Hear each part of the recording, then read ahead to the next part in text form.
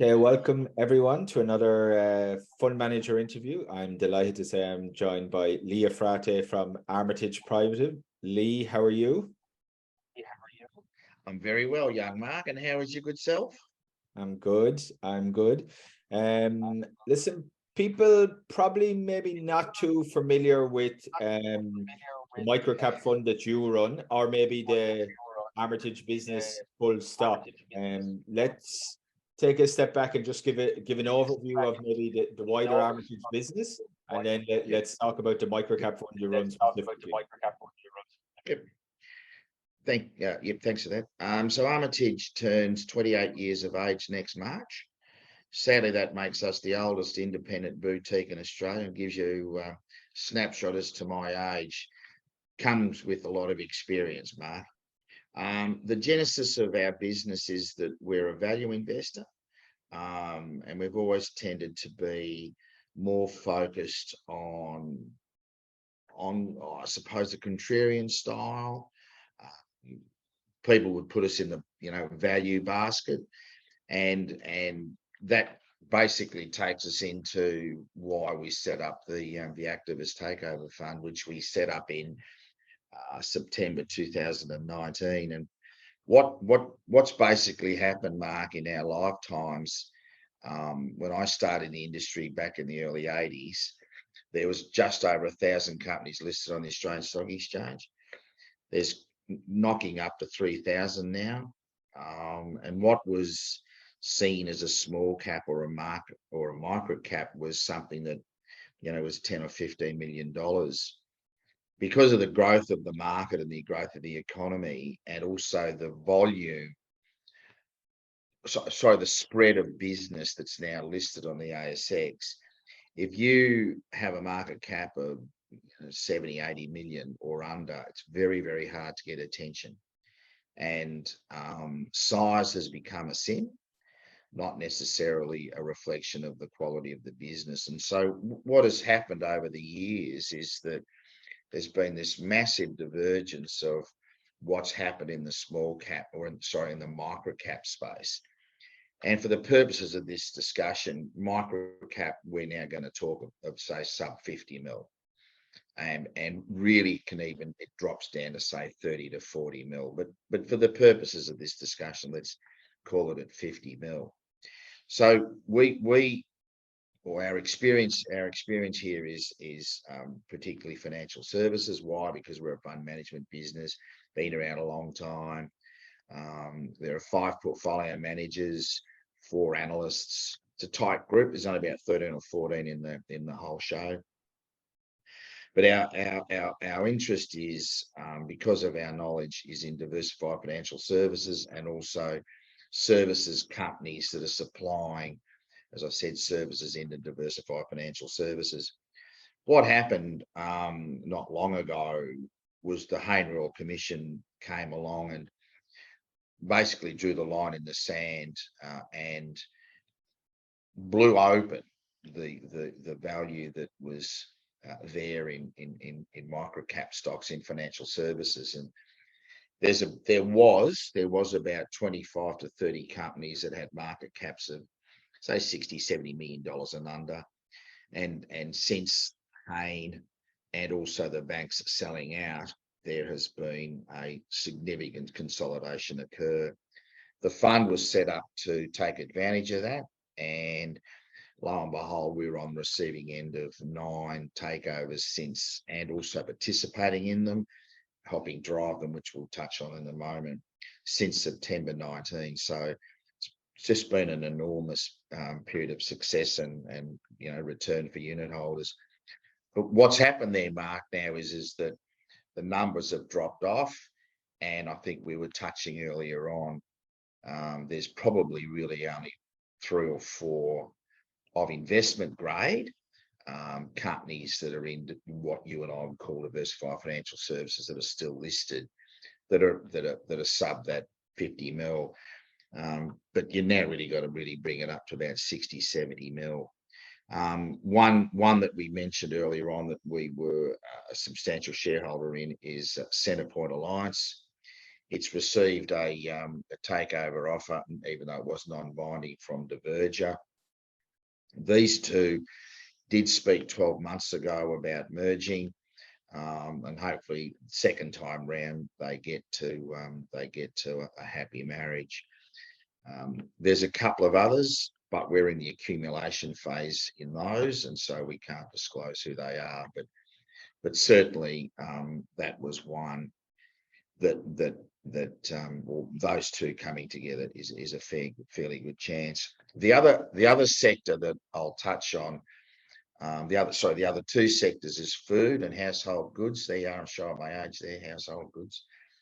And similar to diversified financial services, there is a block of company that's listed on the ASX. It's got market caps of sub 50, 60 million. And these are all little food businesses, dairy companies and the like, battling to make money. Some of them have got good products. Some of them have got fantastic brands. Some of them have got great location, but they're disparate, and that's their sin. And they need to merge, come together, and create a greater force in the food sector in Australia. Interestingly enough, for investors to note, probably listed on the ASX, the biggest food company that you and I would classify as a food company would be Costa Group. That's got a market cap at around about the billion level, and it's had a very torrid time of recent times. You then drop down to something called Bega, that's got a market cap of 500 or 600, and then from there you write your own ticket. There is a lot of business, a lot of companies that are listed sub the 50, 60 million space. And we at the McCaff, that's the anachronism for the Armytage Microcap Activist Fund, we can see a lot of consolidation happening in that space. As I said earlier on, a lot of these companies have got a good brand or a good product. Some have got nice distribution over here, but by coming together, they're going to eliminate a lot of cost and hopefully bring together distribution capacity and also brand power. So the Australian market, as we see it at McCaff, is really ready for there to be a good quality, powerful food manufacturing company listed on the ASX, instead of having, say a dozen or 2 dozen smaller little battlers. That's our objective. And if we're as half successful there as we were with diversified financial services, we'll be pretty chuffed, and so too all our unit holders. The third sector is SaaS, and these are businesses that provide services to financial services companies, and these are things like platform providers, stock broking, stock settlement processes, research services, back office services, and these came about because of the big growth in diversified financial services. And a lot of these companies have got a really U-Butte accounting program or a really good platform program, but on themselves are battling to really get a step forward. One that I can mention that was taken over was Mainstream. It was taken over for a very, very substantial premium. There's about 4 or 5 buyers that came chasing after Mainstream, and it sort of set the tone as to what could happen in that SaaS space attached to diversified financial services. And we're doing a lot of research in that space. We've identified half a dozen targets, and we're in the accumulation phase there. So they're the 3 sectors. We keep it pretty tight and consolidated. The fund has a lot of very strict disciplines. It only invests in 7. It only ever has 7 investments in the portfolio at any one point in time, and that's to avoid a tail. There are 7 that are researched, but 1 has to drop off before 1 comes in, and that's to provide a discipline, and not for the investment committee that runs it to become a little bit lazy and say, oh, this one's going okay, let's keep it. No. If it hasn't achieved its objective, it's cut, and we move on. So it becomes a self-fulfilling process, and that's very important that unit holders understand that there's a very, very concentrated, disciplined approach to it.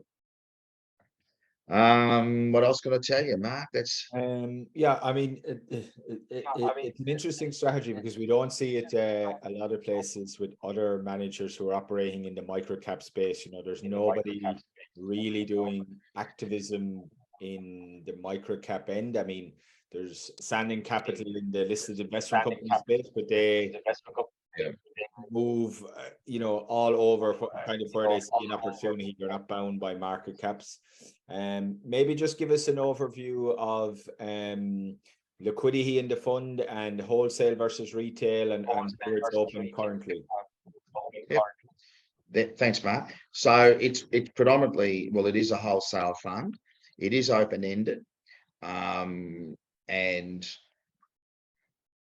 because we were focusing on, and that's a good point you've raised there, because we're only focused in the microcap space, and we're only running at 7 at any one point in time, to give our viewers or clients an understanding as to what funding's required.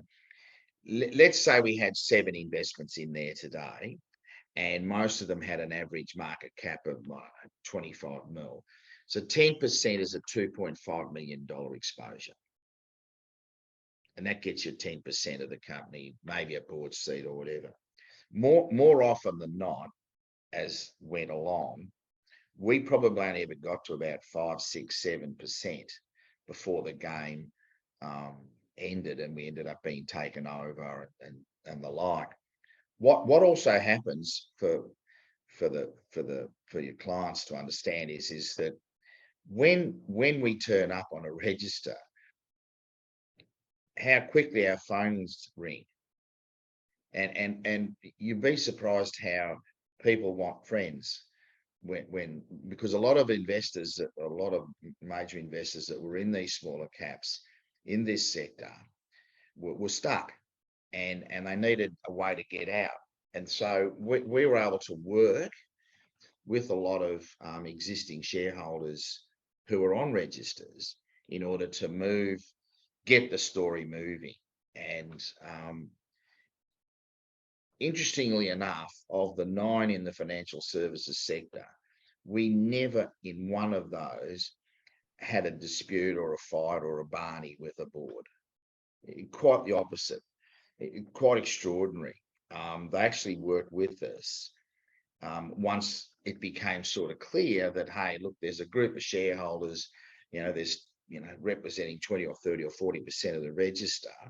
They could get nasty on us. They could call an EGM, throw boards off, do all sorts of weird, wonderful things. Well, let's get ahead of that. And a lot of times, and this is important, the people's reputation is crucial here. And what happens down in microcap space is that how do I put this diplomatically? You've got management and you've got boards, and a lot of the times the relationships between management and board isn't fantastic. You've then got companies that have got shareholders, and they may not necessarily get on with boards and may not necessarily get on with management. So there's this triangle of movement that just requires someone to say, hey, hang on a second, fellas, or ladies and gentlemen, let's move in this direction, because that's the best outcome for all of our back pockets. And a lot of the times we've ended up being a sort of like a spiritual guide. I'm just thinking of 2 or 3 that happened. We spent, as I said, more time on being a spiritual provider of advice and just a deliverer of common sense to alleviate a lot of impasse. And from do you call that being an activist? Probably. But it's a positive activist. It's not someone who's comes in. We've never had to come in and stamp the table and say, you guys are all crooks and liars and thieves. We're calling an EGM and we're going to throw this board off and bring in a new batch. Quite the contrary. Quite the contrary. And like 9 out of 11, it's the track record's there. And it's quite extraordinary. I mean, even the CAF Diverger one, it's got potentially hit some roadblocks only because we're trying to squeeze some, 2 directors into one don't go, and 2 chairmen into one don't go. But they're not really that big of an issue if the shareholders behind the scenes can say, hey, this is an outcome for everybody. And so we spend a lot of time, and this is a very, very powerful point that I'm going to make. When we're doing research on our targets, and I don't want your clients to fall off your chairs here, but this is the facts. 80% of our time is qualitative research.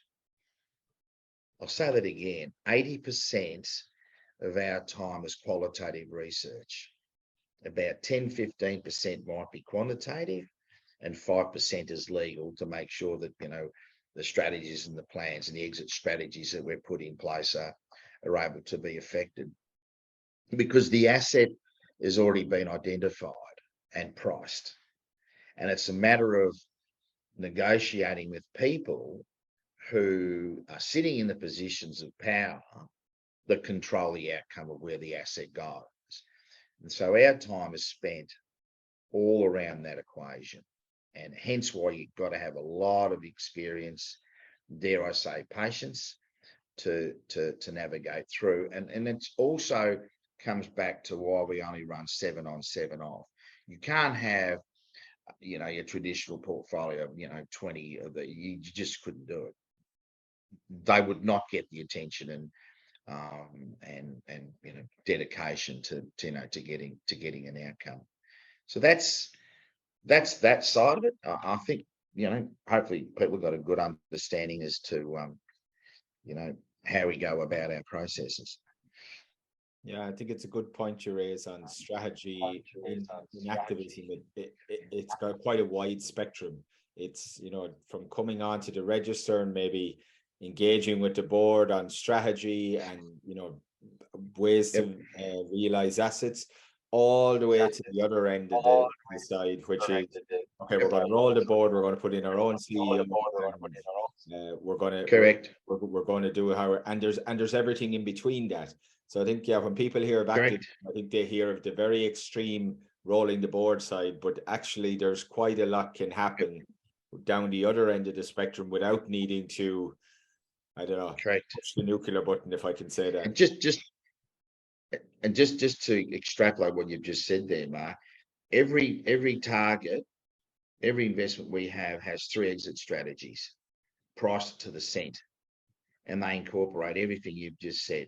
That each strategy has one of those attached to it. So we don't come in unless we know how to get out. It's easy to buy, it's hard to sell, and you make your money when you buy, not when you sell. And another anachronism we use: when the banks sell, you buy; when the banks buy, you sell. It's always been a base of a lot of mirth and money for us. Yeah. And you said the fund started in 2019, so we're coming up on that kind of 3-year track record. So there's plenty for people to look back to, and I'll just point people to my Microcap fund manager review, which went out the end of October, which is all the performance figures up until the end of September. You'll find the Armytage one in that cohort now, along with all of the usual suspects that have been there for a long time, whether it's perennial or micro equities or Pendle or the whole. I mean, there's probably about 30 in the list that we have now, plus some of the Microcap licks, whether that's Wilson's or Neos. But Armytage is now in the database. I'm glad to say. So if people want to go back and have a look how the strategy is gone, they can check out that. But Lee, before we go, if people want to find out more about the fund, who's the best person to get in touch with, or where should they go? Well, the best person is I'm going to move to the side and we'll bring in our partnerships director. One moment. A quick change of. Hi, how are you going, Mark? Hi, Louise. It's a very good question. It's a very good question. And yeah, we welcome any queries about either Armytage Private, any one of our pooled funds, and in particular, the Microcap Activist Fund that Lee's been referring to today. So we're very active on LinkedIn. So you can reach us at Armytage Private through our LinkedIn account. You can also email us at backoffice@armytage.com.au, or of course, you can give the office a call and ask for myself, Louise, at Armytage. So hopefully we hear from a lot of your listeners today who might want to learn a little bit more about us. Okay, great. And just for people's reference, you guys are based in Melbourne, correct? That's correct. We're at Paris end of Collins Street, easily accessible. So we're at level 5, number 30 Collins Street in Melbourne. Okay, perfect. Louise, thank you very much. And yeah, I'd encourage people to get in touch if they want to know more.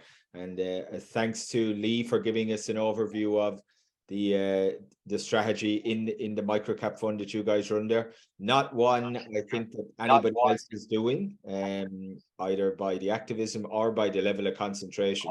Generally, we see microcap funds, as Lee said, have much bigger sized number of companies within a portfolio. So I think it's quite a unique strategy versus a lot of what you can access in the active management microcap end of the Australian market.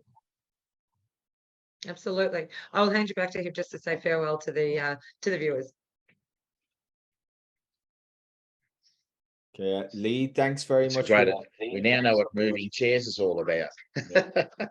Lee, thanks very much. And I know you're quite active on LinkedIn as well. So if you want another way to keep up on what's happening at the Microcap Fund and Armytage more broadly, be sure to look up Lee and follow him on LinkedIn. And thanks very much for your time today. Mark, it's a pleasure, and have a lovely day. Okay. Thank you. Thank you.